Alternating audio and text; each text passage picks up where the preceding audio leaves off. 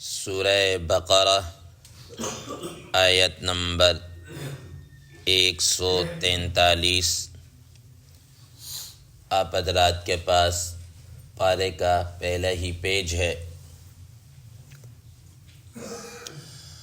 اعوذ باللہ من الشیطان الرجیم، بسم اللہ الرحمن الرحیم۔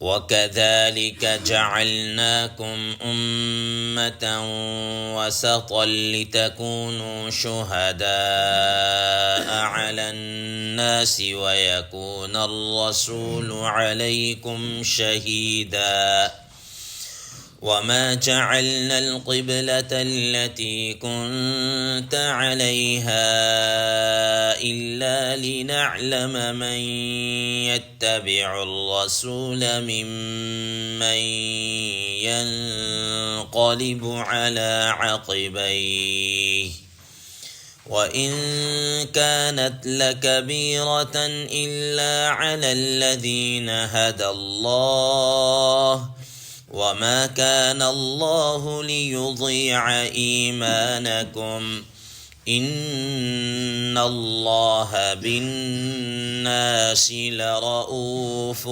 رَحِيمٌ۔ صدق اللہ العظیم۔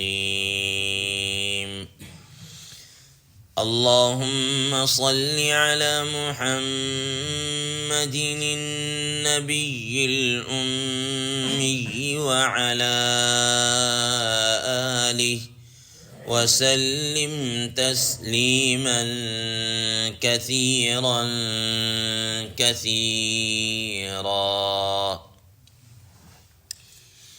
محترم سامعین کرام، اس آیت مبارکہ کا ترجمہ اللہ تبارک و تعالی ارشاد فرماتے ہیں، وَكَذَلِكَ جَعَلْنَاكُمْ أُمَّةً وَسَطًا، اور اسی طریقے سے ہم نے تمہیں ایک معتدل امت بنایا، لِتَكُونُوا شُهَدَاءَ عَلَى النَّاسِ، تاکہ تم لوگوں پر گواہ ہو جاؤ، وَيَكُونَ الرَّسُولُ عَلَيْكُمْ شَهِيدًا، اور رسول اللہ صلی اللہ تعالی علیہ وسلم تمہارے پر گواہ ہو جائیں۔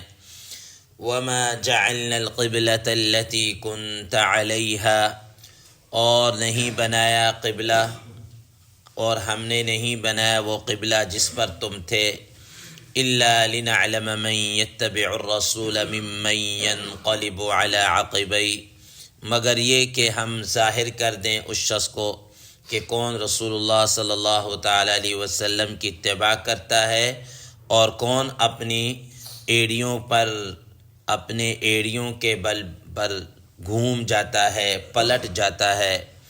وَإِن كَانَتْ لَكَبِيرَةً إِلَّا عَلَى الَّذِينَ هَدَى اللَّهُ، اور یہ قبلے کا بدلنا البتہ بھاری ہے مگر ان لوگوں پر نہیں جن کو اللہ تعالیٰ نے ہدایت فرمائی۔ وَمَا كَانَ اللَّهُ لِيُضِيعَ إِيمَانَكُمْ، اور اللہ تبارک و تعالیٰ تمہارے ایمان کو ضائع نہیں کریں گے۔ ان اللہ بالناس لرؤوف الرحیم، بے شک اللہ تبارک و تعالی لوگوں پر بڑے ہی شفیق اور بڑے ہی مہربان ہیں۔ محترم سامعین کرام، بات چل رہی تھی تحویل قبلہ کی، اور تحویل قبلہ کے موضوع کے درمیان ہی اللہ تبارک و تعالی نے اس امت کی افضلیت اور اس کی اہمیت کو ایک طرح سے بیان کر دیا۔ اب پھر بات دوبارہ اسی تحویل قبلہ کی طرف ہی ہے۔ کل ہم نے آپ حضرات کے سامنے اس آیت کا ایک پہلا ٹکڑا، پہلا حصہ جس میں اس امت کی فضیلت کو بیان کیا، اس کو بیان کر دیا۔ اب اگلی بات، وَمَا جَعَلْنَا الْقِبْلَةَ الَّتِي كُنْتَ عَلَيْهَا، حضرات مفسرین کرام رحمہ اللہ فرماتے ہیں کہ اللہ تبارک و تعالی نے یہ جو تحویل قبلہ کا حکم دیا، اس سے مقصد کیا تھا، اس کی حکمت کیا تھی؟ فرماتے ہیں کہ یہ اس لیے دیا ہے تاکہ اللہ تبارک و تعالی ایک طرح سے امتحان لینا مقصود ہے، امتحان لینا مقصود ہے۔ اب یہاں پر سب سے پہلی بات تو یہ ذہن نشین رکھیں کہ یہ جو اس آیت مبارکہ میں فرمایا گیا وما جعلنا القبلۃ التی كنت علیہ، التی كنت علیہ، کہ جس قبلے پر آپ تھے اس کو ہم نے تبدیل کیا، تو آپ پہلے کس قبلہ کے اوپر تھے؟ اس سلسلے میں حضرات مفسرین کرام رحم اللہ کی دو رائے ہیں۔ پہلی رائے سیدنا حضرت عبداللہ بن عباس رضی اللہ تعالی عنہ کی ہے۔ وہ فرماتے ہیں کہ رسول اللہ صلی اللہ تعالی علیہ وسلم پہلے یعنی کہ جو بیت المقدس کی طرف رخ کر کے نماز پڑھ، مکہ مکرمہ میں تھے تو بیت المقدس کی طرف ہی رخ کر کے نماز پڑھ رہے تھے، اور اس کے بعد جب مدینہ منورہ کے اندر گئے تو تب بھی کیا کہتے ہیں آپ بیت المقدس کی طرف ہی رخ کر کے نماز پڑھ رہے تھے، اور اس کے بعد دوبارہ آپ کو قبلہ کی طرف رخ کرنے کا حکم دیا۔ البتہ اتنا ضرور تھا، وہ فرماتے ہیں کہ جب مکہ مکرمہ میں تھے تو آپ صلی اللہ تعالیٰ علیہ وسلم اس طریقے سے کھڑے ہوتے تھے کہ بیت اللہ شریف کا بھی استقبال ہو جاتا تھا اور بیت المقدس کی طرف ہی رخ ہو جاتا تھا۔ اور اس سلسلے میں نے آپ کو کل بھی جیسا کہ پہلے بھی ذکر کیا تھا کہ نبی صلی اللہ تعالیٰ علیہ وسلم اس طرح رکن یمانی اور حجر اسود کے درمیان میں اس طرح کھڑے ہوتے تھے کہ بیت اللہ کا بھی استقبال ہو جاتا تھا اور بیت المقدس بھی۔ آج کل بھی میں نے آپ کو بتایا کہ وہاں کے جو ائمہ حضرات جو آج کل جو کھڑے ہو گئے وہ برآمدے کے اندر کھڑے ہو رہے ہیں، اور وہ بالکل اسی رکن یمانی اور حجر اسود کی درمیانی ان کا رخ ہوتا ہے اور دوسری طرف بھی رخ ہو جاتا ہے، یعنی کہ گویا کہ وہ ایک طرح سے مصلی رسول کے اوپر ایک طرح سے کھڑے۔ لیکن جب مدینہ منورہ کے اندر گئے تو مدینہ منورہ کے اندر جا کر اس طرح استقبال کی وہ نہیں بن سکتی تھی صورت، کیونکہ وہاں پر بالکل اپوزٹ تھا۔ جو یروشلم جس کو کہا جاتا ہے، بیت المقدس وہ ادر سائڈ پر تھا اور بیت اللہ شریف دوسرے مخالف سمت میں تھا، تو ایٹ اے ٹائم دونوں کی طرف استقبال نہیں ہو سکتا تھا۔ تو تب آپ صلی اللہ تعالی علیہ وسلم بیت المقدس کی طرف رخ کر کے ہی نمازیں پڑھتے رہے۔ اور دوسرے حضرات مفسرین کرام رحم اللہ یہ فرماتے ہیں، دیگر صحابہ کرام رضوان اللہ تعالی علیہ مجمعین سے جو مروی ہے وہ یہ ہے کہ نہیں، کہ آپ صلی اللہ علیہ وسلم شروع سے ہی ملت ابراہیمی کا جو قبلہ تھا بیت اللہ شریف، اس کی طرف رخ کر کے نماز پڑھتے رہے۔ اور اس کے بعد جناب آپ صلی اللہ تعالی علیہ وسلم جب مدینہ منورہ گئے تو آپ صلی اللہ تعالی علیہ وسلم کو بیت المقدس کی طرف رخ کر کے نماز پڑھنے کا حکم دیا گیا، بیت المقدس کی طرف رخ کر کے نماز پڑھنے کا حکم دیا گیا، تو آپ صلی اللہ تعالی علیہ وسلم اس طرف نماز پڑھتے رہے۔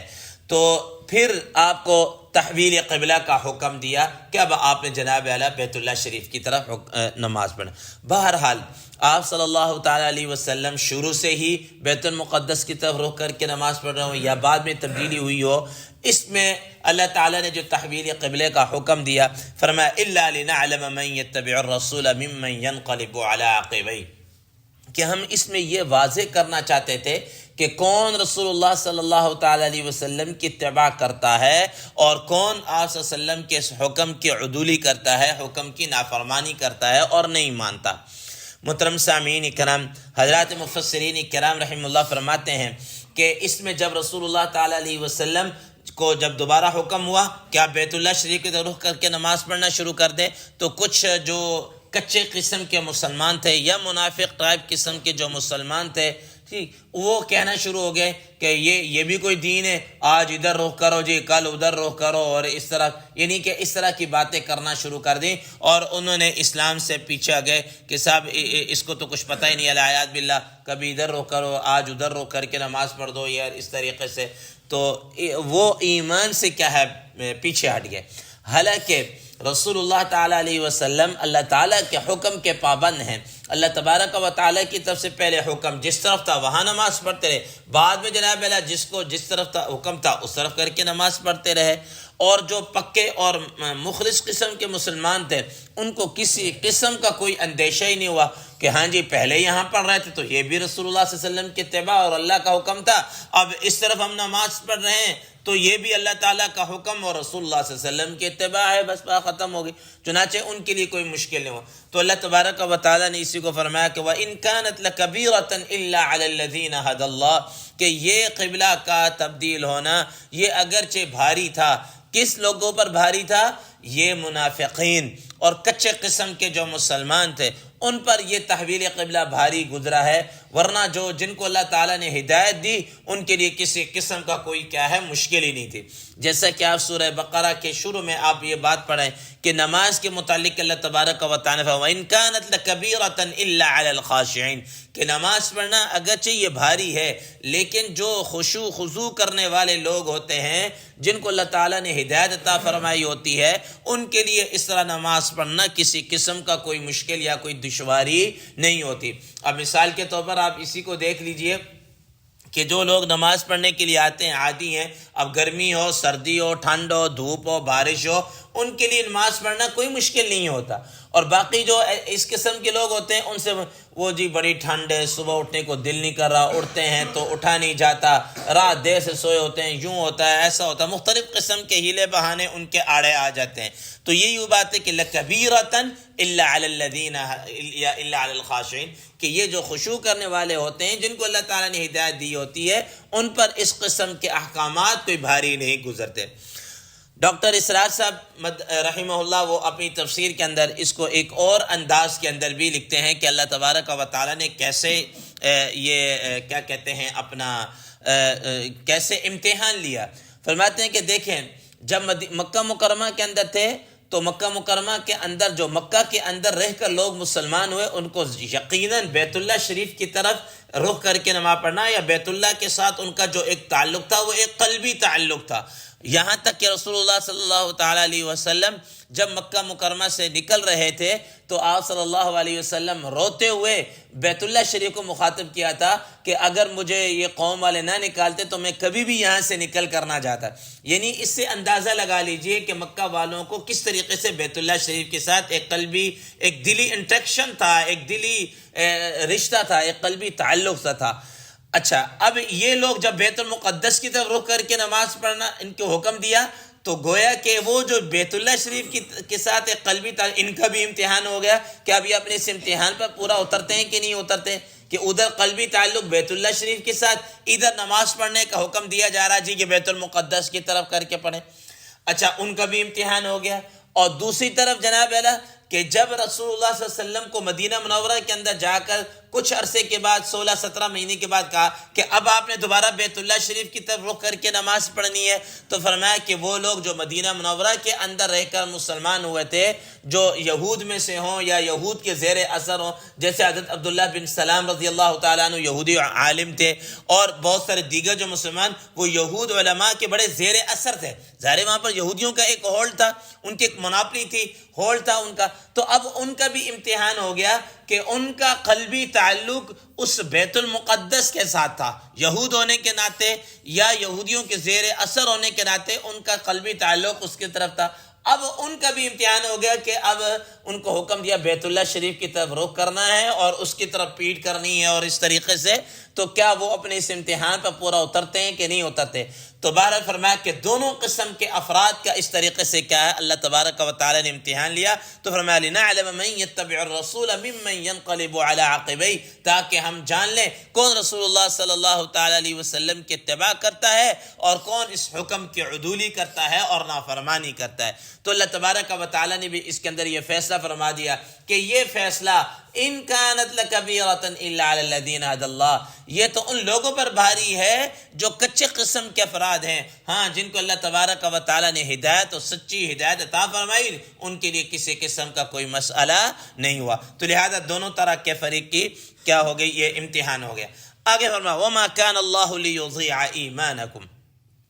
محترم سامعین کرام، اس آیت کے ٹکڑے کے متعلق حضرات مفسرین کرام رحمہ اللہ فرماتے ہیں کہ ظاہر رسول اللہ صلی اللہ تعالی علیہ وسلم مدینہ منورہ کی طرف جب ہجرت کر کے گئے تو 16-17 مہینے بیت المقدس کی طرف رخ کر کے نمازیں پڑھتے رہے. اب اس کے بعد تحویل قبلہ ہوا. تو اس تحویل قبلہ سے پہلے کچھ مسلمان اس دنیا سے رخصت ہو گئے، فوت ہو چکے کہ جن کو قبلہ کی طرف رخ کرنے کا موقع نہیں ملا، بیت المقدس کی طرف رخ کر کے نمازیں پڑھتے رہے.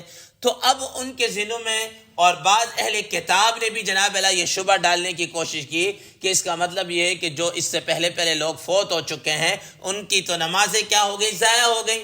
ان کی تو نمازیں ضائع ہو گئی، ان کو تو موقع ہی نہیں ملا تحویل قبلے کی طرف، بیت اللہ شریف کی طرف رخ کر کے نماز پڑھنے کا، تو ان کی نمازوں کا کیا بنے گا؟ ان کی نمازوں کا یہ تو مشرکین نے اور اہل کتاب جو تھے انہوں نے بطور اعتراض کے کہا، اور مسلمانوں کے اندر جو تھا وہ بطور تشویش کے تھا کہ شاید پتہ نہیں ان کے نمازیں، ہم تو زندہ ہیں، ہمیں تو اللہ تعالیٰ نے چلو موقع دے دیا، کچھ کسی نہ کسی حد تک تدارک کر لیں گے، لیکن وہ جو پہلے فوت ہو گئے وہ تو فوت ہو چکے، وہ کیسے تدارک کریں گے؟ تو اللہ تبارک و تعالیٰ نے اس سلسلے کے اندر یہ آیت وَمَا كَانَ اللَّهُ لِيُضِيعَ إِيمَانَكُمْ، اللہ تبارک و تعالیٰ تمہارے ایمان کو ضائع نہیں کریں گے۔ حضرت امام بخاری رحمہ اللہ نے ایمان کی تفسیر کے اندر لکھا ہے کہ یہاں پر ایمان سے مراد نماز ہے، یہاں سے ایمان سے مراد کیا ہے؟ نماز ہے، کہ اللہ تبارک و تعالیٰ تمہاری نمازوں کو کیا کریں گے؟ ضائع نہیں کریں گے۔ اور حضرات مفسرین کرام رحمہ اللہ نے فرمایا کہ یہاں نمازوں کو ایمان کے ساتھ تعبیر کر کے یہ بتلا دیا کہ